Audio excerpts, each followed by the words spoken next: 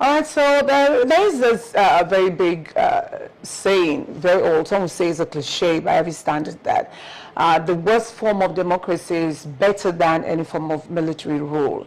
More than anything, we want to really try to look into how much democracy has brought us as a people, especially in Nigeria, and those things that could be impeding all the gains that could have come to us if we had had them fixed at this point in time. This morning we've been joined by a chieftain of the All Progressives Congress, APC, KAILANI MOHAMMAD. We thank you indeed, sir, for joining us on the program.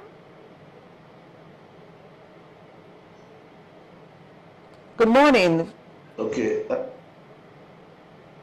Thank you for having me, Nigerians, and I hope we had a good outing yesterday.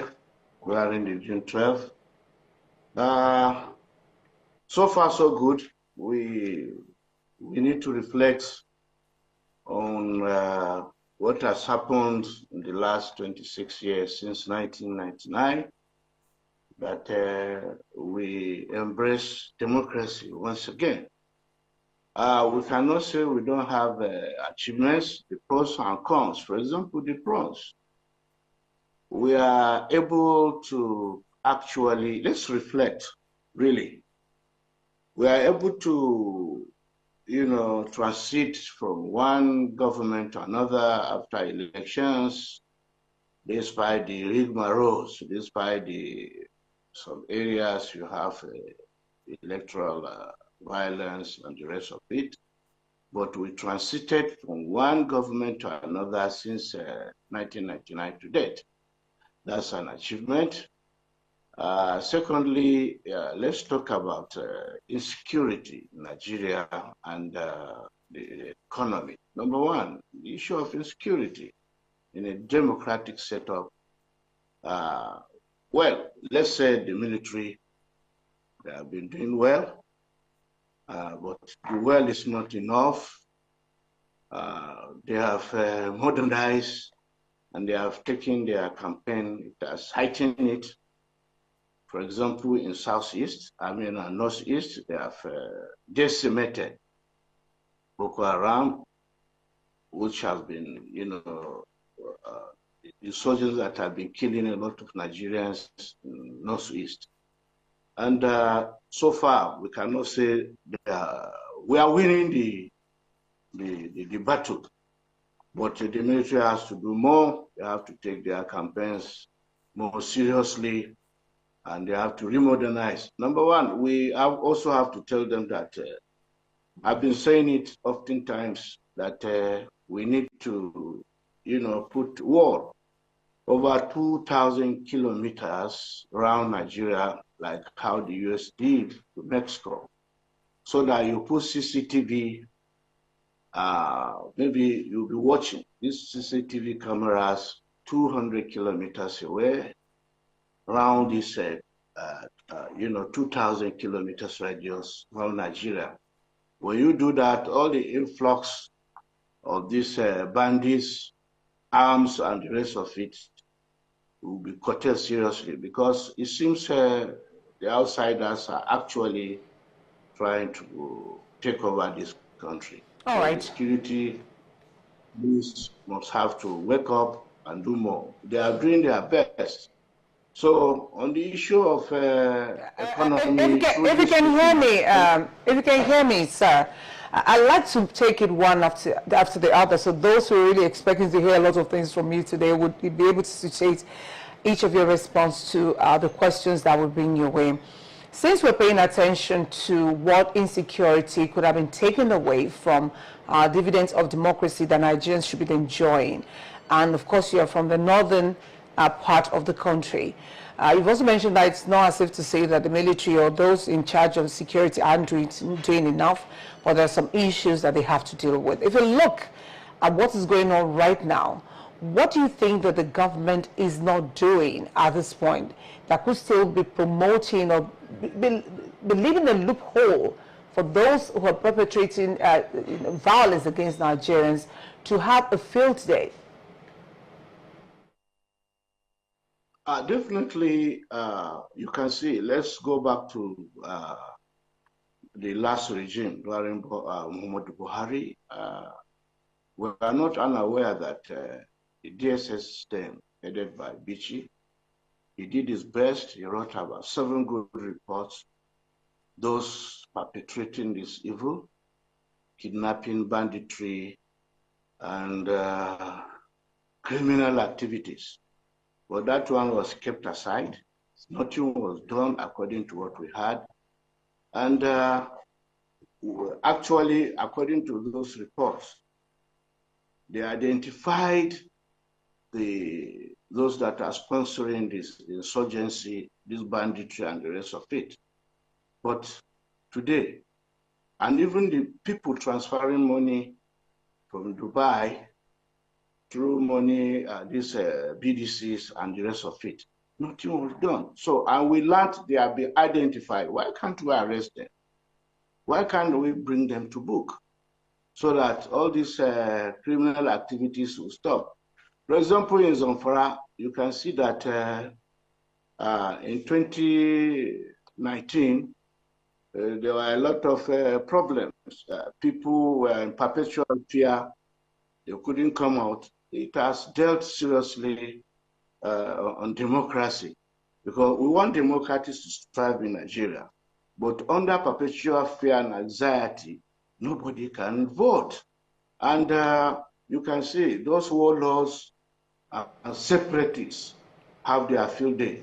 During elections, people are displaced, they are disenfranchised, and no votings don't even take place in those areas.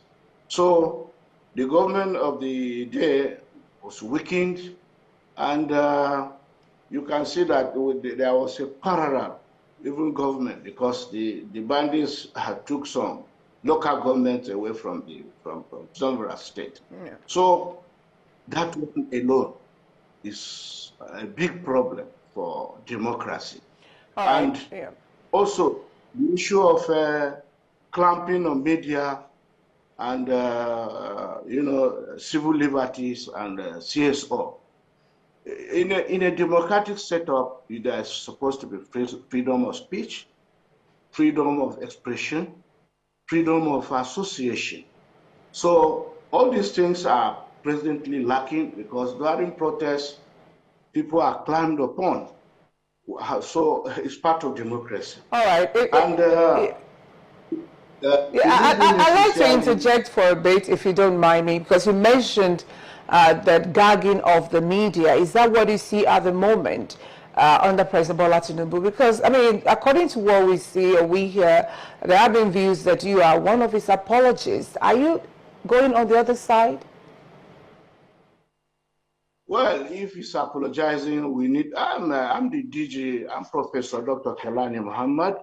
I'm the DG Confederation of all APC support groups that brought this government. All we want is good leadership with vision and humility. All these things we are trying to bring out is for the government to make amends, to make sure that they do the right thing. In an environment where you don't allow press to do its job properly, and press is no more the dog that watches between the masses and the government. It's not a lead dog. We are supposed, I'm also a journalist, to find out, to go ahead, to be able to investigate, to be able to tell the people the right thing, and with a balance, something with the etiquette of the profession. So I'm saying that the government must allow the press to do its job properly. It must allow protests when people are aggrieved, when people feel they are abandoned or neglected. You can see that the government rolled out a lot of policies, a lot of reforms. They are good, but the implementation is what is lacking today in Nigeria. For example, the issue of removal of oil subsidy and the unification of dollar to forex. Today, believe me sincerely, we campaign for Tinubu, and we want him to succeed in 2027. But the way things are going now, we'll just go around, most especially the North and even the South. You will see that people are not happy. Look at inflation rate today at 34 point something percent. And some people cannot even take one single meal. The insecurity has also combined with a preponderance of subjugation to negativities that Nigerians today, look at what happened yesterday. Under normal circumstances, when you are celebrating Democracy Day, everybody should be happy, but security everywhere, from Lagos to Kaduna, from Kaduna to everywhere, you see security agents on the streets. It's not supposed to be that, like that. So all we are saying, we must have to, and we are calling on Mr. President for him. The governors are not doing enough. He said he doled out a lot of billions in the last 2 years to the governors. So to reach the masses and palliatives, all these things are not reaching the masses. And that's why complaints everywhere. So let it change the pattern. If it's going to give out money to the masses, it should go to the youth, it should go to the market women. Like us now, I have over 180 something thousand support groups, over 60 million people under us. Let him bring the money. And also the way and appointments are distributed up to today. We man those 180,000 police units in this country, and we fought vigorously and brought this government. Today, only one person fought, who was given an appointment at NDE, that's Mr. Silas.